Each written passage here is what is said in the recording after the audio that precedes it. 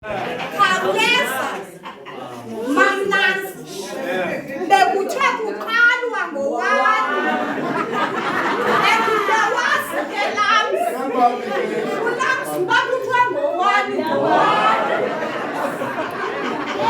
ekuyabazi kabafazana kukho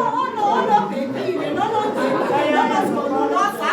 ngabafazi abangena kakhulu ebheki sofika thetha mna ngomsebenzi ikwenza ntonke wokuyixele wenza uxeleko ngengubo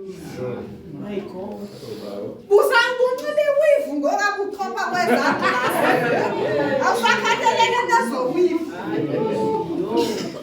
ubi usezinjwaleni